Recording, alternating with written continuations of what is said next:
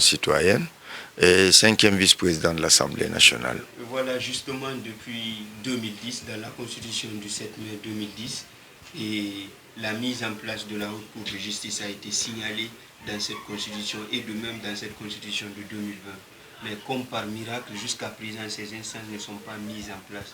Aujourd'hui, comment vous réagissez face à tout cela, dans la mesure où récemment le président de la Cour constitutionnelle a alerté sur la mise en place de cette institution? Comment réagissez-vous à cela? Oui, c'est regrettable. C'est regrettable de voir que quand on parle de démocratie, c'est d'abord l'installation des institutions et leur fonctionnement. Et donc, lorsque vous avez une partie des citoyens qui ne peuvent pas être jugés, nous, députés, nous avons l'immunité parlementaire, mais nous pouvons être jugés. Mais lorsque vous avez une structure aussi importante qui devrait décider du sort des ministres, du président de la République en exercice, c'est regrettable. Je crois que il faut que chacun ait au-dessus de sa tête, hein, comme on dit, cette chope, hein, comme une épée de Damoclès. Il faut que chacun sache que il est de sa responsabilité de poser des actes, mais aussi de répondre. Donc, lorsque vous avez des citoyens, comme on dit, de seconde zone, des citoyens d'une autre classe, c'est regrettable. Donc, moi, je pense que nous avons des présidents de la Cour constitutionnelle assez courageux, qui disent souvent ce qui ne plaît pas, comme Feu Kélé Fassal, qui avait eu le courage de parler des sirènes, de parler des dinosaures, des vautours qui rôdent autour du pouvoir et qui nous ont mis encore dans ce que personne ne pouvait imaginer, un troisième mandat. Eh bien, moi, je crois que le fait de demander l'installation de cette haute cour va dans ce sens. Ce n'est pas mettre la pression sur les gens, mais que chaque Guinéen sache qu'il y a trois choses qu'il faut que chacun s'applique et respecte: les droits, les obligations et les devoirs. Voilà, justement, d'aucuns pensent, surtout certains membres de la société civile guinéenne, que le manque de cette instance républicaine est une ouverture vers la corruption. Mais au-delà de la corruption, il y a d'abord le maître mot de tous nos malheurs, c'est l'impunité. Lorsque vous savez que vous ne répondrez pas de vos actes, lorsque vous savez que vous êtes protégé, vaille que vaille. Moi, en tant que député, j'ai l'immunité parlementaire, mais ça ne m'empêche pas de contrôler ce que je dis, parce que je peux être jugé. L'Assemblée peut demander à lever mon immunité. Eh bien, il faudrait que chacun se trouve dans cette situation. Donc moi, ce n'est même pas une question de justice, c'est d'abord l'impunité. Lorsque vous êtes dans un état de prédateur, comme chez nous, aussi bien prédateur criminel, prédateur économique et tout, eh bien, il faut que chacun soit en mesure d'être jugé, d'être disculpé, d'être condamné. Et donc, moi, je pense que le maître mot, ce n'est pas ce que la société civile dit. C'est trop léger, trop minime par rapport au mot qui représente toutes les tares congénitales de chez nous, l'impunité. Et voilà aujourd'hui quel message pour que enfin ce rêve soit une réalité en Guinée? Mais vous savez, avant que... Moi, je procède toujours par escalier.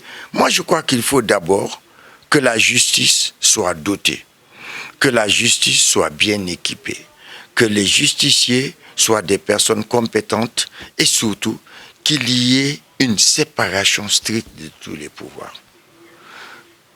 Vous poserez la question aux Guinéens, plus de la majorité diront que la justice est aux ordres, que la justice n'est pas respectée, que la justice est incapable, incompétente. Eh bien, moi, je pense que le nœud du problème, c'est ça.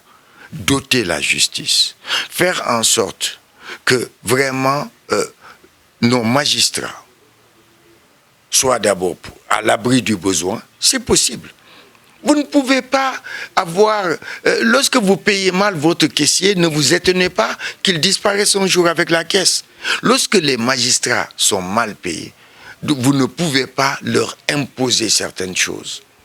Au-delà de toutes les règles, moi je pense qu'il faut les doter bien les payer et ça nous permettra de pouvoir les sanctionner. Et je pense que si nous arrivons à ce résultat, nous pourrons enfin dire que nous avons une justice impartiale. Nous pourrons dire que nous avons une justice qui n'est pas aux ordres. Nous pourrons mettre la barre assez haut et pour vraiment faire les fleurons de la justice.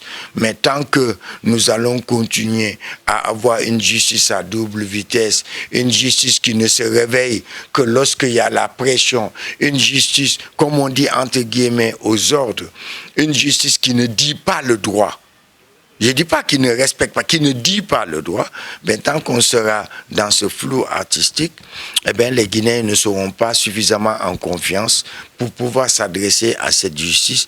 Et si on continue à ne pas régler ce problème, ben c'est pourquoi de plus en plus de Guinéens se font justice. De plus en plus de Guinéens tombent dans les incivilités. Donc je crois qu'il faut que chacun soit mis au pas. Mais pour mettre les gens au pas, le rôle de la justice, c'est totalement une justice aveugle. Tolérance zéro pour pouvoir combattre l'impunité et justice sociale pour tous, afin que tous les Guinéens, quel que soit leur âge, leur sexe, leur religion, leur grade, leurs moyens, soient au même niveau, afin qu'on puisse enfin parler d'équité et surtout ce qui manque de plus dans le domaine de la justice et surtout des institutions supranationales, c'est l'éthique. Voilà cette autre question. Le président de la République a pris fonction hier et notre souhait est que vous donniez des perspectives, vous donniez des pistes de solutions dans la mesure où les années antérieures, je veux parler des 2 précédents mandats, ont été engendrés par des manifestations, des contestations, des violations des droits de l'homme.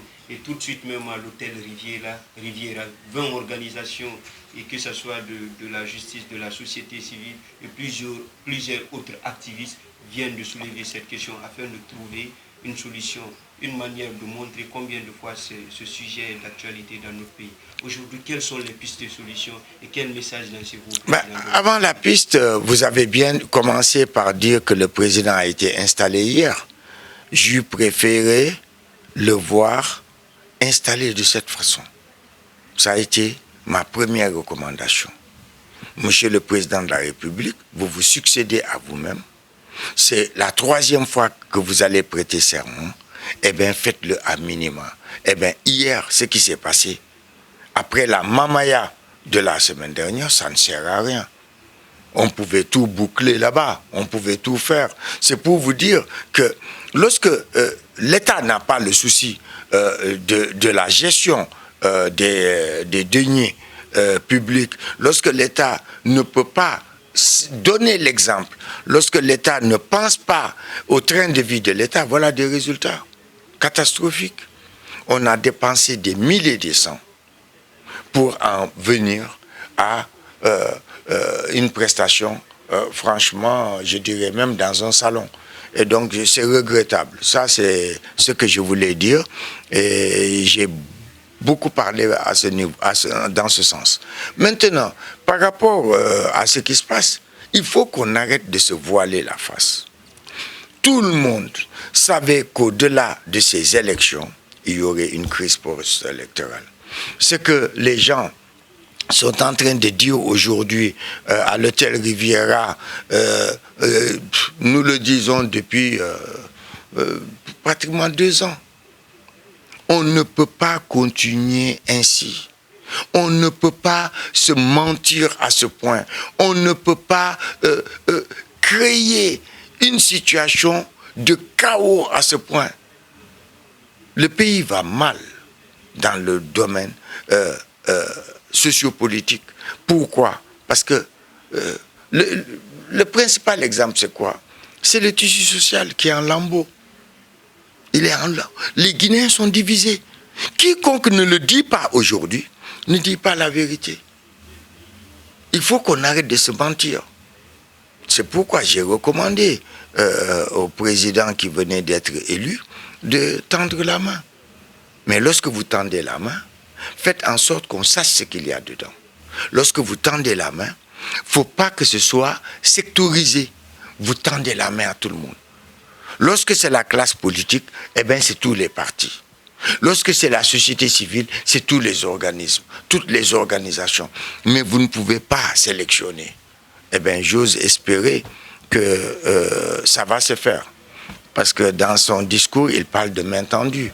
J'ose espérer que ce sera élargi à tout le monde. J'ose espérer qu'il présentera à l'opinion nationale et à ses interlocuteurs ce qu'il y a là-dedans. Parler de paix en sortant un poignard ou en armant son fusil ou en ayant un discours belliqueux, va-t-en-guerre ou une attitude je ne sais quoi, mais ça ne sert à rien. Eh bien, tendre la main aussi, c'est surfer sur l'accalmie du moment pour vraiment faire en sorte que les Guinéens avancent ensemble. Que toute la fracture sociale qui est perceptible au quotidien, ben, soit de plus en plus minimisée. Faire en sorte que les Guinéens se parlent. Faire en sorte que, franchement, la concorde nationale, l'accalmie, la paix puissent régner. Vous ne pourrez obtenir aucun résultat en dehors de ces critères de choix. Donc je lui dis, ça commence par quoi? Maintenant que je suis élu, maintenant que j'ai prêté serment, qu'est-ce que je fais de ma victoire? Et c'est pourquoi j'ai dit, encore une fois sur vos antennes la dernière fois, que là où les Guinéens l'attendent aujourd'hui, c'est sur la gouvernance. Et j'espère qu'il va en profiter pour... Maintenant, il n'a plus d'excuses, il a un socle, il a un soubassement. Qu'est-ce qui n'a pas marché? Comment rectifier le tir? Comment faire en sorte d'entrer dans l'histoire? Comment faire en sorte que le mieux vivre ensemble, le bien-être généralisé soit une réalité? Et je pense que ça commence par libérer les personnes qui sont arrêtées. Je veux parler des opposants, je veux parler des gens du FNDC, je veux parler des activistes de la société civile. Il faut que le président reprenne la main parce qu'il est entouré d'incompétents. Il est entouré de certaines personnes qui ne voient leur bonheur ou leur réussite que dans cette pagaille généralisée. Vous ne pouvez pas mettre dans la balance la libération de quelques dizaines de personnes et la perspective de voir des centaines de milliers de Guinéens dans la rue, avec toutes les conséquences perceptibles, comme à l'accoutumée chez nous, les exactions, les blessés, les morts, les jugements, les arrestations, etc., etc. Donc moi, je pense qu'il faut qu'ils prennent la main, qu'ils se disent, voilà, qu'est-ce que je fais de mon pouvoir? Eh bien, il n'a plus le droit de dire « je ne connais pas la Guinée, je ne connais pas les Guinéens, je ne connais pas la Guinée », etc. Non, aujourd'hui, 10 ans après, il doit se dire « voici ce qui n'a pas marché ». Eh bien, j'essaie de rectifier le tir. J'essaie de me lancer dans... j'essaie de mettre en orbite l'émergence citoyenne et économique. J'essaie de faire en sorte que, après moi, grâce à la continuité de l'État, que mes œuvres puissent me survivre, que mon travail puisse être reconnu. Parce que pendant 10 ans, on n'a eu que des hauts et des bas. Et donc c'est pourquoi je lui ai proposé la dernière fois, pour nous sortir de vraiment tout ce cirque de campagne électorale permanente, de violence, de je ne sais quoi, eh bien de coupler les législatives avec les communales.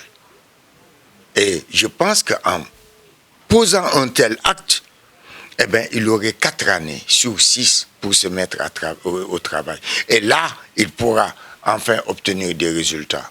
Qu'il le veuille, qu'il ne le veuille pas, parce que le peuple sera là. Parce que nous, à l'Assemblée, on ne le laissera pas faire ce qu'il veut. Donc, il y aura des résultats.